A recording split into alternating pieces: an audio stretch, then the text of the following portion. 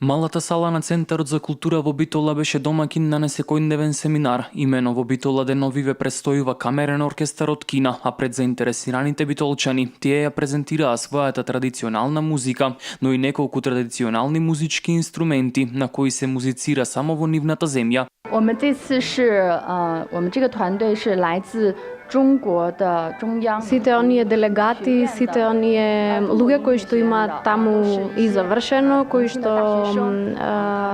ја учеле таа традиционална кинеска музика, сакаат тука да ја представат, значи нивната намера е тука да ја имплементираат некако, значи кинеската музика која што за нив представува едно национално богатство. Затоа што имаат соработка со локалните фолклорни групи тука во Македонија, сакаат да направат некаков фонд кој што ќе биде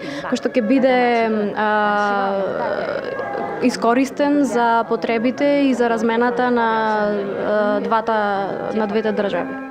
Оркестарот, како што велат, постои само неколку години, а реализирале низа гостувања. По гостувањето во Латвија, Македонија и Битола се нивната следна дестинација. 我是这次夏令营活动的学生方面的负责人，也是麋鹿室内乐团的。 Групата се основала во 2016 година, меѓутоа